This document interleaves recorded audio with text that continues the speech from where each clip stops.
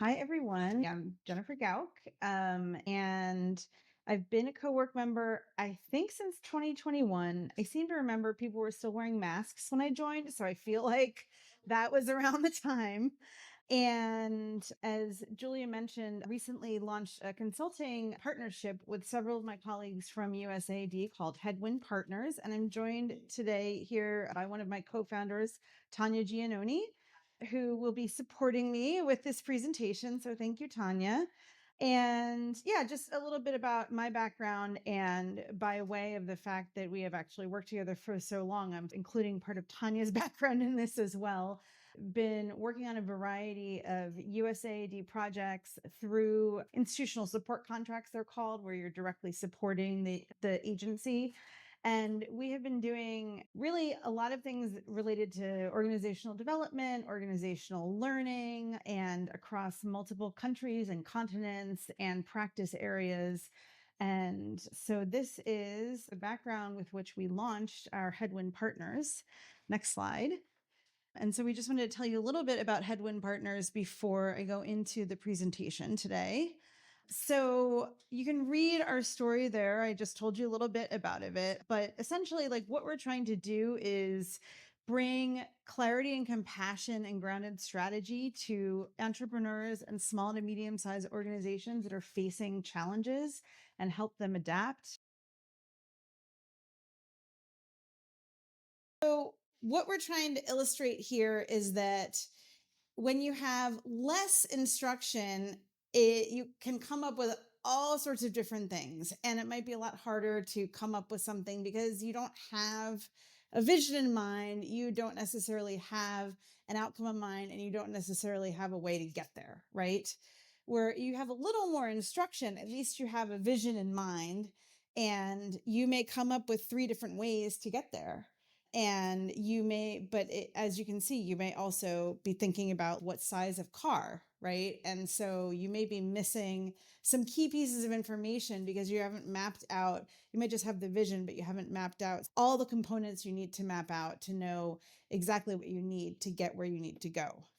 And so that's where a theory of change can come in. A theory of change is really a narrative description of how and why a change is expected to occur in a given context. And what it's doing is it's taking, a lot of people come, for example, with a vision of what they want to achieve or where they want to go. So they can say, I want to do X, right? And I'm going to do this to get to, I want to get to B. So I'm going to do A. I'm starting at point A. I want to get to B. And this is what I'm going to do. And what's missing is the steps in between, the black box, as they call it, of the middle. And the black box of essentially what is your, as we call it, a causal chain. How do you go from A to the intermediary steps? Because B isn't really the end. It's like A to B to C to D to E. And so we're really mapping out a theory of change to understand why we're undertaking specific actions and providing a big picture of how we expect those actions to lead the changes we want to see. So I've given a little example I'm sure we can all relate to here. If we find an exercise class we love, then we will go to the gym regularly, which in turn will lead to better physical health. So just adding, for example, like the fact that you go to the gym regularly is one of the steps in between of what needs to happen to lead to better physical health. Just finding an exercise class you love, you can be like, oh, that looks great, and then never go. Right. And then over here, this is a diagram that sort of shows you that as you're mapping this out, you can start with the big picture in mind and move backwards and say, how are we going to get there? And then you can test your logic by then saying, okay, I've mapped this out and let me see if it makes sense here. If I do this, why is this going to lead to this? And why is this going to lead to this? So it's really a process of putting all those components together and trying to think it through logically.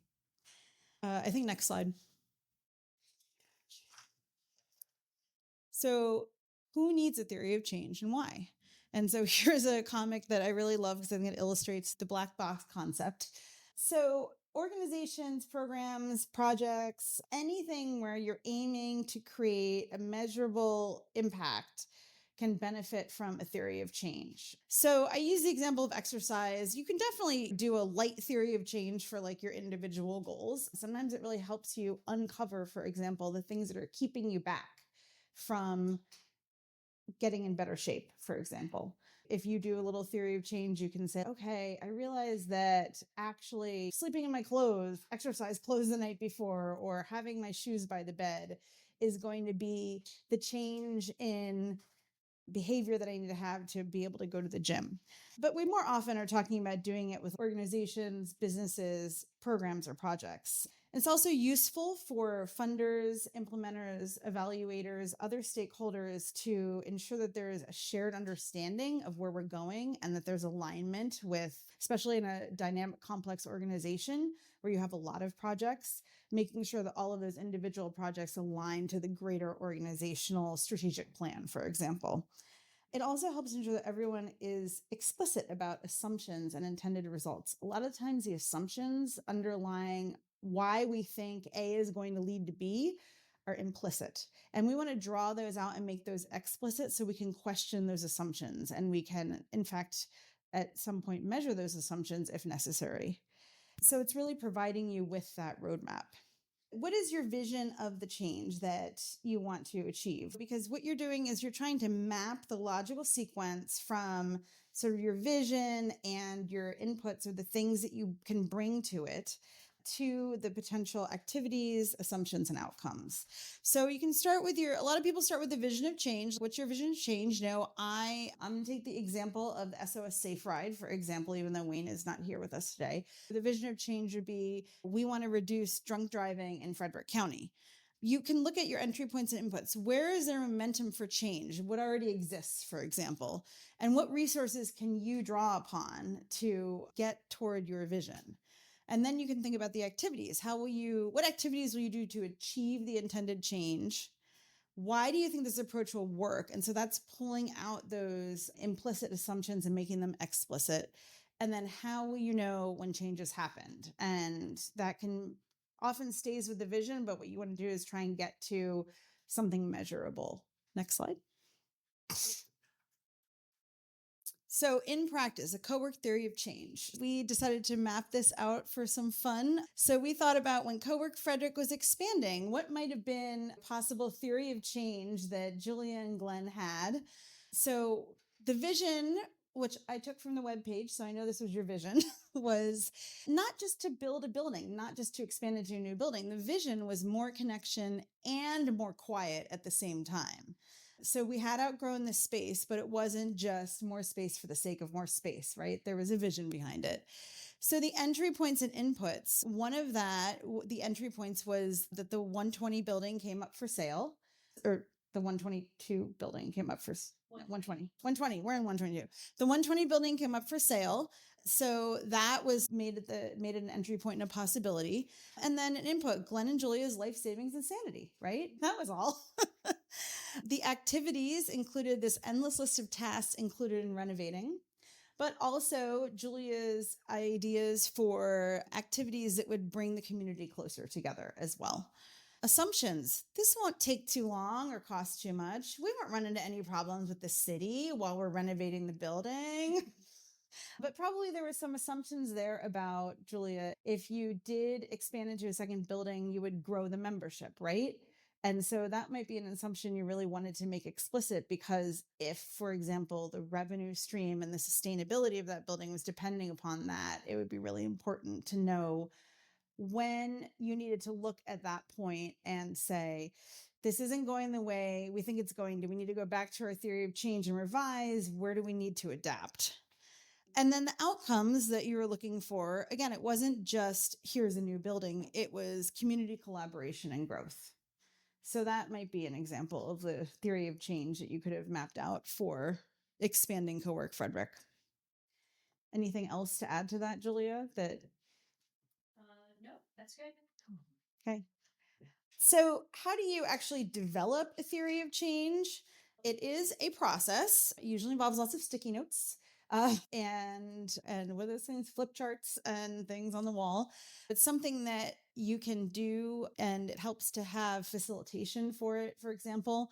But what you want to do really at least has always been helpful for me. I like to start with the end in mind.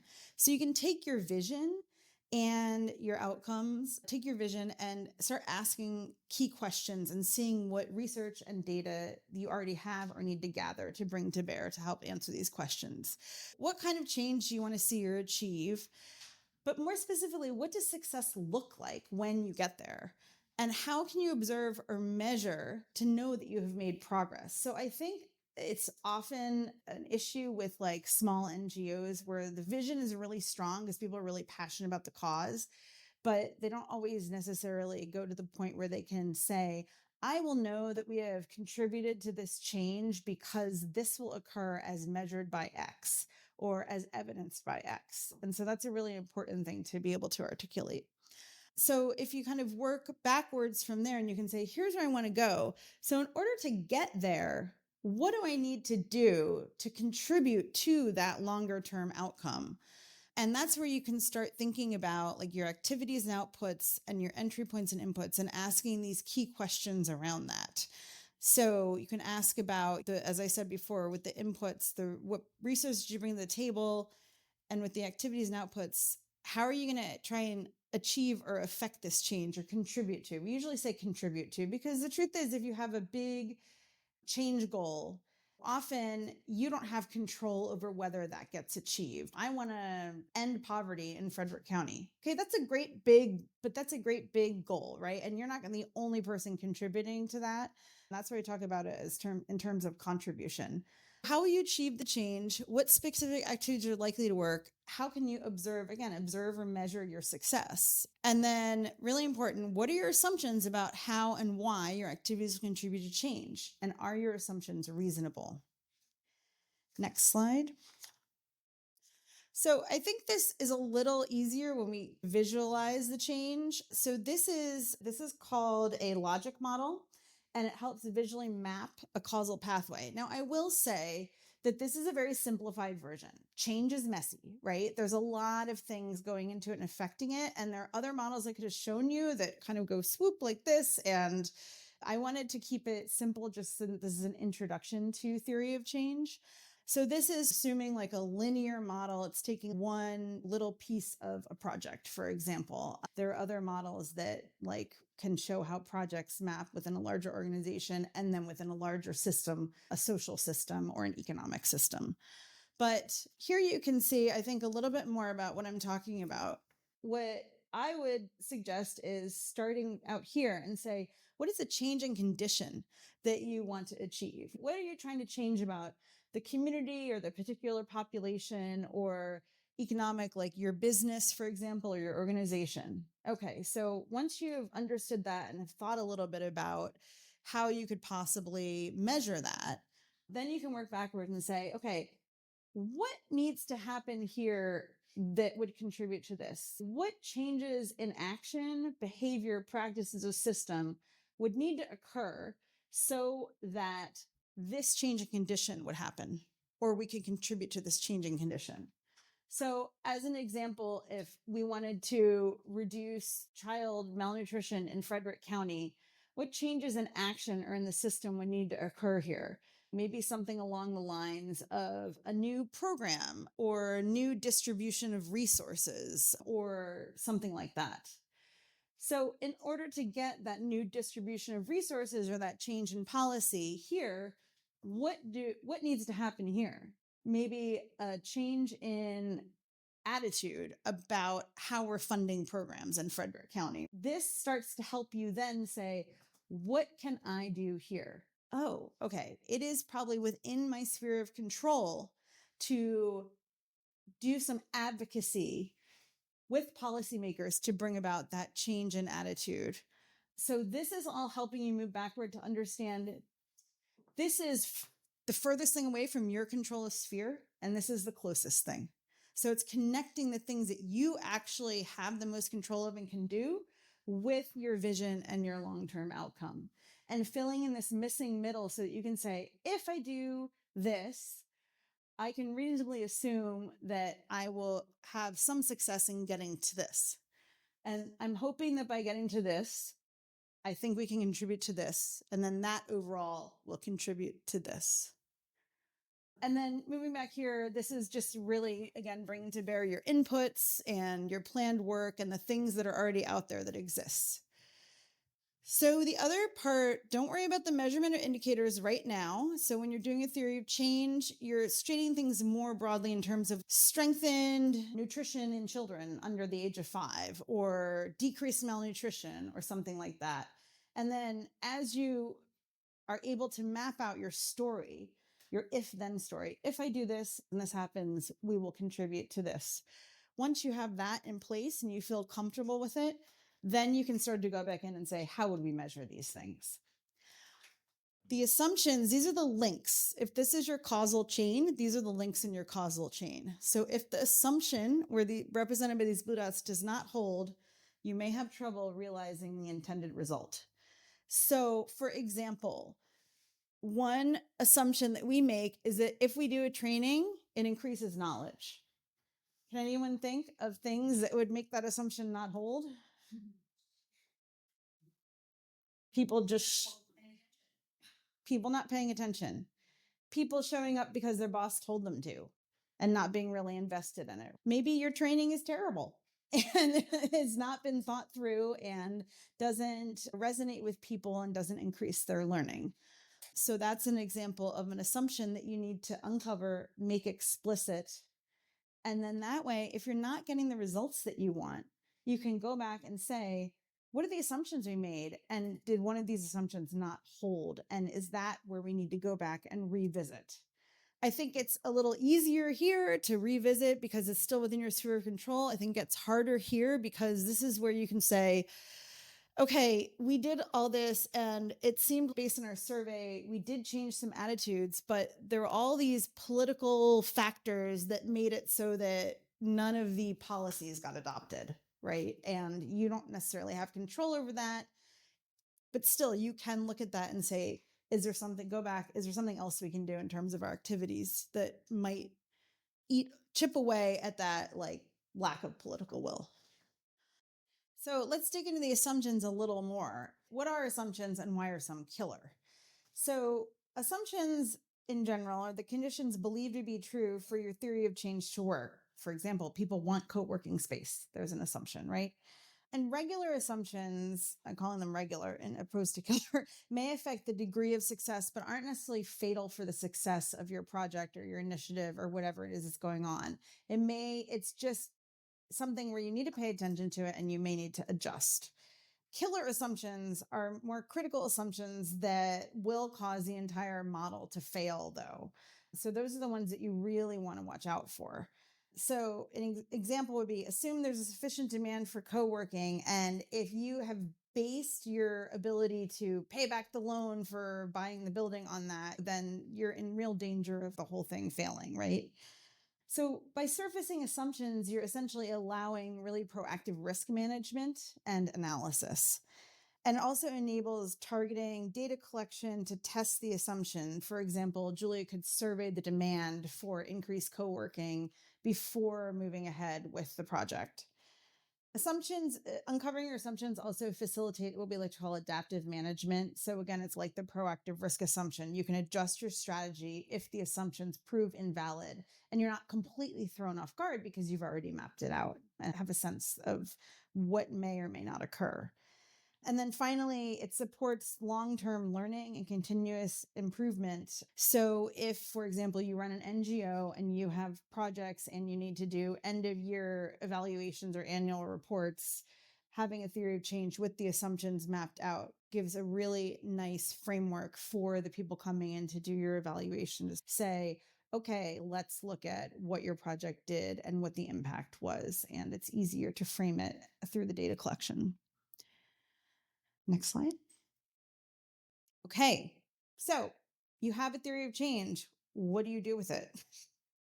So you can use it, as I was saying, as a foundation for developing indicators, monitoring those indicators, and also doing evaluation and learning activities. So it helps you guide strategic data collection so that you're not like this person in the cartoon, because you don't want to just get all the data you can. You want to get the data that you need to validate your theory of change and validate that what you hoped was working is working. It helps you design the details of projects. So as you saw when I walked backwards through it, it helps you get to what can I really do? What's in my sphere of control or my sphere of influence, and what specific activities might come out of that? It helps you guide the implementation because as you are implementing your project, for example, you can refer back to your theory of change and assumptions and see where results may be diverging from your expectations and try and figure out why that's happening. And then, of course, for organizations and businesses, it helps you communicate your strategy and rationale to your funders, your stakeholders, your shareholders, your partners, and use it to tell a compelling story about how your business or your program is contributing to impact more broadly. And so, with that is a brief overview to theory of change.